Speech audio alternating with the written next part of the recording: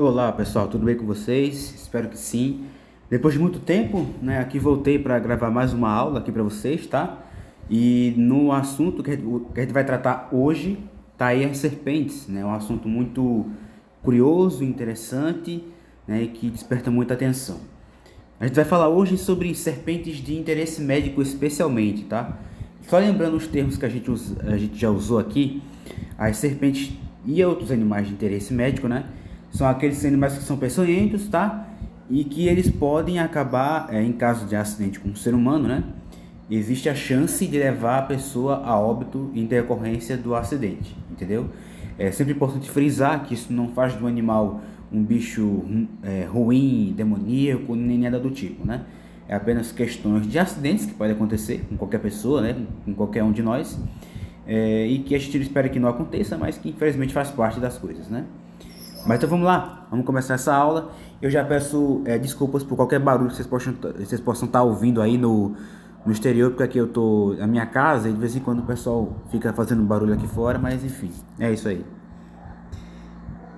Então a gente vai começar agora falando sobre a morfologia de uma serpente, tá? Que é uma coisa bem simples, não tem nenhum mistério, né? As serpentes têm ali sua cabeça, né? E logo atrás vem o pescoço. Em algumas espécies, o pescoço ele é quase indistinto, né? Ele é muito similar à cabeça em termos de espessura, né? Tem algumas espécies que ele afunila um pouco mais, mas é variável, né? Temos aí o corpo do animal e a cauda bem padrão desses animais. As serpentes, pessoal, elas se dividem em diversas famílias e espécies, tá? Como está dizendo ali. Nós temos aqui no Brasil inúmeras espécies, né? E no mundo inteiro a gente tem mais ainda famílias e espécies, tá? São mais de 3.000 atualmente que a gente tem no planeta. Esses bichos eles vão ter uma ampla variedade de hábitos alimentares, né? Algumas espécies podem se alimentar de roedores, outros têm preferência mais por aves, outras por anfíbios, outros por outros répteis, como outras serpentes também. Tem animais que fazem canibalismo, né? Então isso tudo é variável. E esses bichos eles têm diversos tamanhos, né? Desde um pequeno escolecofídeo, né? Que são aquelas cobras cegas ou cobra chumbinho que vivem embaixo da terra, que podem ter os seus 8 centímetros, né? Até as maiores serpentes, né? Como algumas sucuris e pitons de seus 7 metros, né? Que podem chegar a esse tamanho aí. A maioria das serpentes, é muito importante falar isso, elas são inofensivas, tá?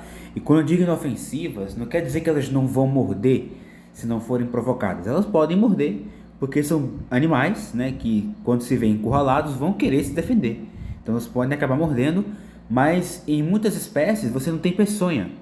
Então ela pode acabar mordendo ali e tal, mas o máximo que vai causar é um machucado, né, pela ação mecânica da mordida e não por peçonha. Então a maioria das serpentes elas são inofensivas porque não tem peçonha.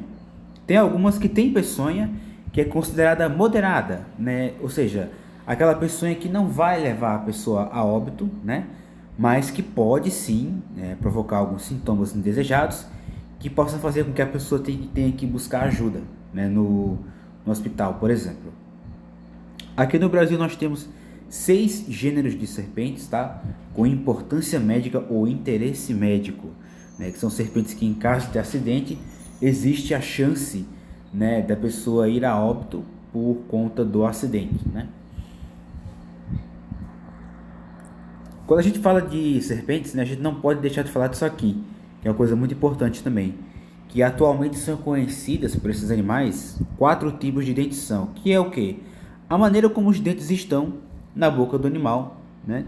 E a gente pode ver aqui bem o que são esses 4 tipos, tá? O primeiro é o que nós chamamos de áglifa, tá? São as serpentes que não possuem presas inoculadoras, elas têm todos os seus dentes, né, as presas maciças, e não vai provocar o envenenamento, né, ou empeçonhamento, melhor dizendo.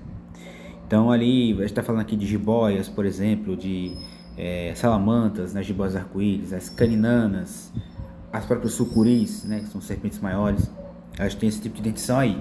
Tem aquelas que são opistóglifas, e isso aí já muda um pouco a de figura, porque elas têm a dentição lá de inocular a peçonha, né, lá no fundo da boca, né, numa dentição traseira. Essas serpentes têm uma dificuldade um pouco maior de injetar a peçonha, tá? Não quer dizer que elas não consigam, elas vão conseguir, mas com um pouquinho mais de dificuldade. Então elas precisam morder, segurar e ir tipo mastigando ali para forçar as presas lá de trás a se deslocarem um pouco mais para frente até alcançarem o animal, né, para poder fazer a injeção dessa peçonha. Temos as serpentes que são proteróglifas, e essa dentição, a proteróglifa, né, ela é exclusiva das corais verdadeiras, que são as presas lá na frente, né, presas anteriores. Nesse caso elas são pequenas e são fixas, né, na maxila superior, elas não se mexem. Então esses animais aí já são mais peçonhentos, né, já podem provocar acidentes bem sérios quando as pessoas são acometidas, né? E tem a dentição solinógrafa, que são a dentição que é a mais eficiente para a injeção de peçonha, por assim dizer, porque as presas são maiores, né, elas são móveis, então o bicho consegue, quando fecha a boca, dobrar ela ali, e na hora de efetuar o bote, as presas são lançadas para frente, e aí pode acontecer a picada, onde vai acontecer o empeçonhamento também. O primeiro grupo de serpentes de interesse médico que a gente vai falar aqui são as bótrops, né, que compreendem animais que se conhecem como jararacas, urutus, cotiaras, e tem outros nomes também, jararaquinha, jaracuçu, deixa eu ver aqui com outro nome, surucucurana, surucucu do barranco. Todos esses nomes assim podem ser atribuídos a esse bicho, né? Se bem que surucucurana é um nome mais apropriado para algumas serpentes que são cobras d'água, né? Mas enfim, eles têm diversos nomes, como a gente vai se acostumando, né? Esses bichos, eles são da família Viperidae, tá? Eles são da família das víboras, são animais conhecidos como víboras. E eles estão no país inteiro, né? Em todo o Brasil a gente vai encontrar esses bichos, representantes dessa espécie, né? Jararacas de todos os tipos. Esses bichos são noturnos, eles têm hábito noturno, eles costumam sair para caçar nesse horário. Tem alguns filhotes de algumas espécies que eles realizam uma coisa chamada engodo caudal, né? O que é isso? Os filhotes ele tem uma coloração diferente na ponta da cauda, na maioria das vezes branca, que aí vai confundir pequenos anfíbios. Ela vai usar isso para fingir ser uma larvinha, né, coisa do tipo. Aí vem o anfíbio pensando que é uma larvinha, vai se dar bem, se alimentar. Aí ela acaba se aproveitando disso e vai lá dar o bote no bicho e acaba se alimentando dele, né, enganando o coitado do anfíbio. Esses bichos eles são vivíparos, tá? A reprodução delas elas não colocam ovos, elas dão à luz a seus filhotes inteiros, né? Elas parem os filhotes inteiros. E elas correspondem a quase 90% de todos os acidentes ofídicos anuais aqui no Brasil. Então as jararacas, elas são as serpentes, né? O grupo de serpentes de interesse médico que mais provocam acidentes a nível nacional. Tem um vídeo aqui que eu vou passar. E aqui a gente vai entrar em detalhes como é que é esse acidente, né? O acidente botrópico. Os detalhes, né, de como funciona essa dinâmica. Pessoal, os sintomas do acidente botrópico, eles envolvem dor e edemas locais, né? Vai doer o local da picada e vai inchar. Tem necrose, porque uma das características do veneno ou peçonha desse bicho é destruir tecidos, né, causar necrose, a morte das células, e porque a peçonha desse animal é proteolítica, né, que tem essas características, essas propriedades que fazem essas coisas. Tem propriedades hemorrágicas também, então a pessoa vai sangrar ali, né, pelo local da picada, e pode sangrar por outros lugares também. Tem abscesso, em casos graves pode ter uma necrose bem mais evidente, né, bem mais grave. A insuficiência renal, a hipotensão, que é a pressão baixa, né, e hemorragias até mais severas, né, em casos mais graves desses envenenamentos. E aí o tratamento vai ser com soroterapia antibotrópica, né, o soro antibotrópico, que tem sigla SAB, ou SAB, perdão. E aí esse soro é o que vai reverter o acidente com serpentes bótrops, né, jararacas. Essa daqui da foto, vocês estão vendo aí embaixo, é uma Botrops jararacuçu. É a nossa maior Botrops aqui no Brasil, nossa maior jararaca, que está ligada à maioria dos acidentes mais graves com o gênero botrópico, né? Com as jararacas, é esse bicho aí que causa por conta da quantidade que ele injeta, né? Porque por ser um animal muito grande. E aí o segundo gênero, que é o gênero Crótolos, que aqui no Brasil só tem uma espécie, que é a Crótolos turiçus, que é chamada de cascavel ou boi-seringa, se bem que esse nome de boi-seringa não é tão comum, mas parece que tem uma região no norte que chama ela assim, se eu não me engano. Mas a maioria das pessoas conhece como cascavel, né? Cascavéis, pessoal, são da família Viperidae também, né? São víboras. E também são animais preferencialmente noturnos, tá? Elas preferem sair à noite, como as víboras em geral. Eles estão presentes em todas as regiões do país, tá? Norte, sul, leste, oeste, né? Mais precisamente falando, né? Norte, sul, sudeste, nordeste, centro-oeste, a gente vai encontrar esses bichos. Ela tem a maior ocorrência dela são em áreas abertas, em área de cerrado, área de caatinga, regiões abertas. Não é um animal que se dá muito bem com florestas úmidas, né? É um bicho que prefere mais regiões um pouco mais secas e áreas abertas.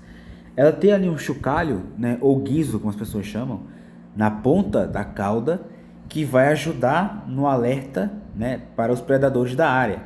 Então, se tiver algum bicho se aproximando dela, ela vai balançar esse chocalho para servir de alerta a esse bicho, para ele ficar atento e não se aproximar do animal, né? É um instinto que ela tem de autopreservação, né?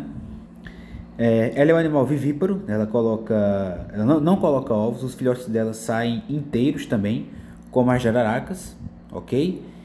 E ela vai se alimentar de pequenos roedores, né? E pode até predar lagartos em algumas ocasiões, né? Mas majoritariamente o que esses animais preferem, né?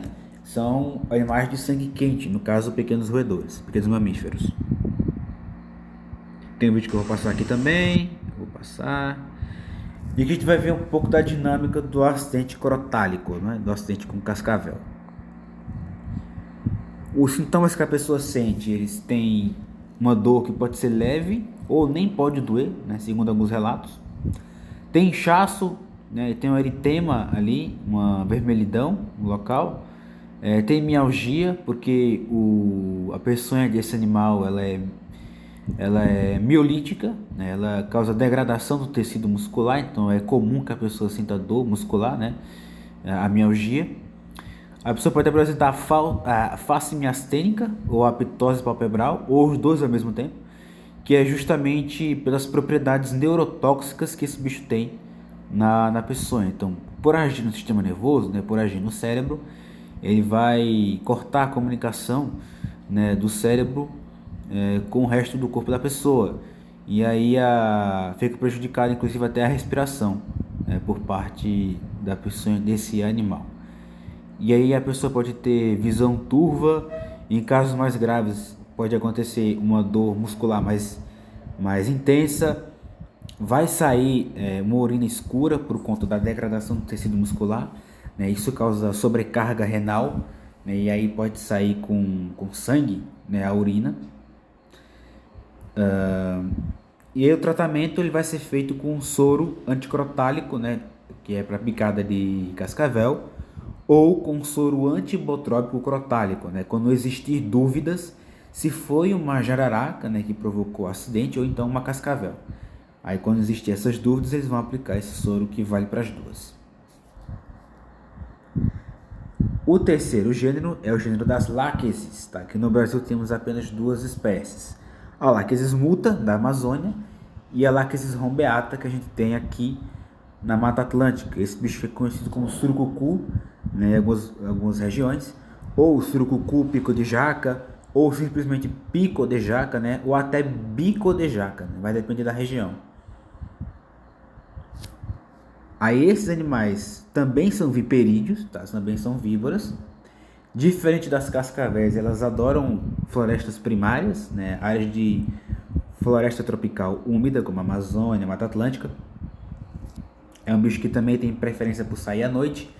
Ela é a maior serpente peçonhenta das Américas, né? No caso a Láquesis muta, né? A pico de jaca, da região norte, né? Da Amazônia, que pode chegar até os seus 3,5 metros, né? Um bicho que fica muito grande.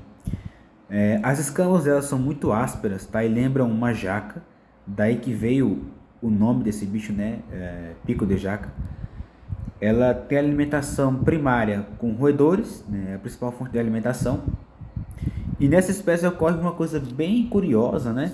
E diferente com relação às víboras, porque ela coloca ovos, né? Nossos viperídeos aqui no Brasil, nossas víboras, elas não comumente não colocam ovos, né? Mas a surucucu, as láqueses são um caso à parte, né? Elas colocam ovos, né? E realizam cuidado parental com o ninho delas, né? Ali com os ovos até a eclosão desses, que é quando cada um vai procurar os filhotes, né? O seu próprio destino, o seu rumo. E aí vamos ver o arcete laquético agora. Qual é a dinâmica disso, né? A pessoa pode ter intensa dor local, né? Uma picada que pode doer bastante. E a pessoa vai ter uma coisa que é característica do acidente laquético, que é muitos sintomas sistêmicos, né? Que aí variam dor abdominal, diarreia, náusea, cólica, vômitos, né? Realmente é um sofrimento, né? O caso de um acidente com esse animal. A pessoa pode entrar em estado de torpor, pode ter sudorese, que é justamente o suar bastante, né? Pode haver necrose, que também tem propriedades parecidas com peçonha de jararaca aí, né? Vai ter um sangramento de pressão baixa também. E aí o tratamento para a picada de uma láquesis vai ser o soro antibotrópico laquético, né? Especialmente em regiões onde esse bicho ocorre junto com jararacas. E aí se tem muitas vezes dúvidas, né, confusão com os nomes delas. E aí eles vão aplicar o soro bivalente, né, que vale para duas espécies. E aqui as corais verdadeiras, que são do gênero Micrurus, aqui no Brasil, tá? Elas são conhecidas como corais verdadeiras. Esses bichos já são de outra família, né? Eles são da família Elapidae, que compreende aí pelo mundo mamba negra, algumas najas, todas as najas, aliás, as creites, né? O crites, como você queira chamar, as serpentes oxiurandos, né? Que são as taipans da Austrália, enfim, é uma variedade de representantes aí. Também estão em todo o país, né? Todo país a gente vai ter uma espécie de micrurus, uma cora verdadeira. Tem algumas que têm hábito críptico, né, ou criptozoico, que vivem sobre a folhagem, né, o folhiço vivem escondidas ali. Outras são semiaquáticas, um bicho que gosta de ter contato com água, como Micrurus surinamensis, né, e Micrurus naterere. Esses bichos eles habitam tanto florestas primárias, mas também áreas mais secas, né? Então são bichos que se dão bem com uma variedade de ambientes maiores do que a gente viu até agora, né? Tem hábitos noturnos e diurnos, então a qualquer hora do dia você pode encontrar esse bicho, especialmente quando chove, tá? Porque tem algumas espécies que gostam de viver intocadas, no solo ou em buracos, né? Próximo de rochas e coisas do tipo. E aí quando molha com a chuva, elas costumam sair, né? Então isso pode acontecer também. São bichos aposemáticos, né? Então elas apresentam coloração bem viva no interesse de afugentar possíveis predadores, porque eles evolutivamente falando, né, convivem com esse bicho há várias milhares de milhões de anos. Então eles aprenderam a ver que cores vibrantes na natureza significa perigo, então eles não vão se aproximar. Então é uma estratégia aí bem interessante. Elas se alimentam de animais de corpo mais alongado, né? Porque dificilmente elas conseguem se alimentar de presas maiores do que isso, porque a abertura maxilar desse bicho, né, é muito limitada, diferente das que nós vimos até agora. Então ela só vai conseguir se alimentar de animais que tiverem o corpo alongado como elas, como outras serpentes inclusive, tá bom? E aí vão ser animais ovíparos que vão colocar ovos e seus filhotes vão nascer a partir desses ovos. Aí a Micrurus surinamensis, que eu falei para vocês, uma coral aquática ou semiaquática, né? Um animal que gosta muito dos ambientes aquáticos. Aqui é a variedade de cobras corais verdadeiras que temos no Brasil, tá? Uma variedade bem grande.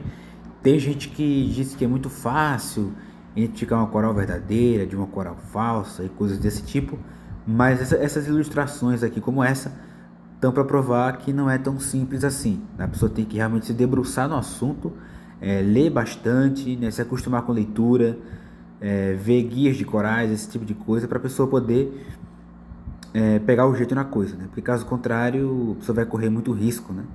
Tentando adivinhar o que é o que. E aí quem ensina esse tipo de coisa, né, na internet com receita pronta, poderia até ser responsabilizado por isso, né? E aí como é que se dá o acidente lapídico, né? Um acidente com corais verdadeiras. Os sintomas eles são a face miastênica também, porque esse bicho também tem peçonha neurotóxica como as cascavéis. E aí vem a petose palpebral, né? A pessoa não consegue levantar a sobrancelha, a pessoa tem visão borrada, dupla, né? Fica duplicada a visão da pessoa, tem dificuldade de deglutir, né? De engolir ou mastigar, porque justamente tem um corte da comunicação do cérebro com a musculatura da pessoa, né? E aí tudo isso acaba acontecendo. E aí tá o perigo, né? Porque pode paralisar o diafragma da pessoa, que é o músculo por onde os pulmões vão se expandir. Se isso não acontecer, então a pessoa morre por asfixia, né? A pessoa não consegue respirar. E acidentes com esse bicho são bem raros, tá? São bichos muito tranquilos, tá? Eles não costumam sair mordendo aí à toa.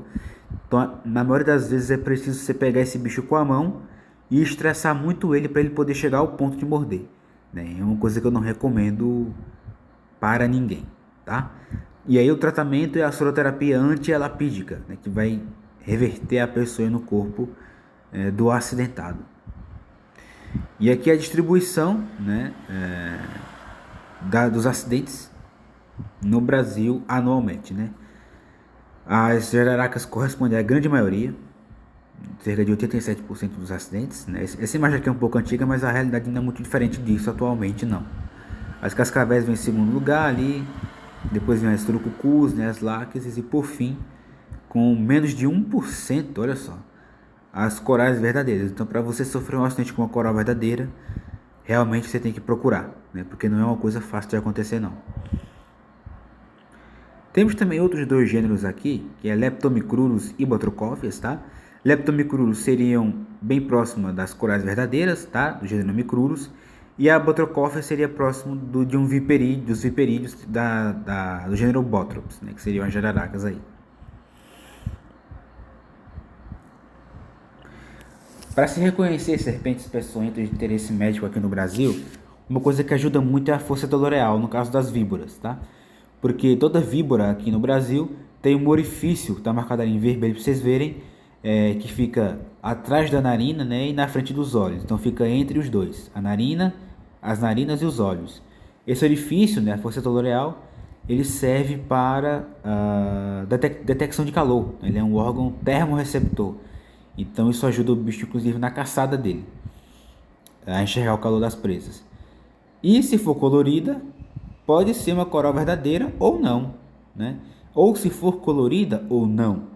Porque como vimos, né, tem corais que não tem vermelho, são só pretas e brancas, outras têm mais preto que branco, né? Então é um indicativo para você manter cuidado, né? Um bicho de coloração aposemática, bem colorido, é melhor manter distância, né? Não se aproximar, não perturbar o animal. E não matar também, deixar o bicho quieto lá, que ele não está fazendo mal a ninguém. Existem serpentes opistógrafas, tá? Que tem aquela peçonha, a dentição traseira, que podem, né, com a sua peçonha provocar acidentes médios, de nível médio a moderado, como a gente fala, ou até mais graves. Isso pode acontecer também. Temos aí exemplos, ó. As filódrias são umas cobras cipó verde, né? As falóteres são conhecidas como cabeça preta ou falsa coral. Apostolepes, também chamadas de rabo de pavio, ou também de falsa corais, né? O gênero Pseudablabes, que tem a parelheira, Clorossoma também, que são serpentes que estão chamadas de cobra verde ou cobra cipó também. Então esses bichos, mesmo que não possam provocar óbito humano naturalmente, eles têm uma peçonha que em caso de acidente pode deixar a pessoa de castigo, né, lá no hospital. Tá aqui um acidente por Phyllodes oferece, né? Por a cobra verde, se cobra cipó ou corredeira verde. Olha o que aconteceu com esse cara, né? Como ficou ali bem roxo o membro dele, parecendo até hematomas, né? Isso é uma característica que pode acontecer se você for mordido por uma serpente como essa, uma Phyllodes, né? E você permitir que o animal fique mordendo você para provar que não tem peçonha, como muita gente já fez e falhou nisso, né? Aqui tem um método de retirada de serpentes, né, da casa da pessoa, que é bem simples. A gente orienta muito isso aqui no grupo, né, lá no grupo do Facebook, que é justamente você pode entrar em contato com órgãos ambientais da sua região para fazer o resgate do animal se ele apareceu na sua casa, né, ou você pode usar a técnica do balde, que é você forçar o animal a subir na vassoura, aí você usa a vassoura para colocar o bicho lá dentro, ó, né? Aí você sobe ali o balde com a vassoura e tampa também ali, sem tocar no animal. Então esse procedimento ele é muito seguro, tá? Pelo menos para serpentes pequenas e medianas, né? Para serpentes muito grandes e peçonhentas, ainda recomenda-se o acionamento, né, de órgãos ambientais para não correr tanto risco assim, mas em muitos casos dá para fazer tranquilo. E aí você solta o animal em área de mata, que é o lugar que ele pertence. Isso é muito... deveria ser de praxe, né? Mas infelizmente as pessoas preferem matar o animal do que fazer esse procedimento aí. Porque serpentes não são demônios, tá, gente? Serpentes são animais como qualquer outro aí, né? Que acontecem os acidentes humanos, assim, às vezes, e a gente lamenta, mas podem ter certeza que esses bichos não querem confusão, nem com seres humanos, nem com qualquer outro animal, né? Então a gente deve tratá-los com respeito, porque também são seres vivos que sentem frio, fome, dor, essas coisas, né? Então vamos cuidar da natureza, né, gente? Então tá aí, é um vídeo bem rápido, né? Uns 27 minutos aí, acho que já tá, para falar sobre essas serpentes de interesse médico, né? Ou aquelas que não são, né? De peçonha moderada, para fazer, né, com que vocês possam entender um pouco mais a respeito desse tema, que é muito, muito legal de aprender, né? Muito legal de saber. Então é isso, eu fico por aqui, né? Qualquer dúvida podem deixar aí embaixo, eu vou responder o que eu puder, ok? E a gente se vê depois, né? Se Deus quiser. Grande abraço, pessoal, até a próxima.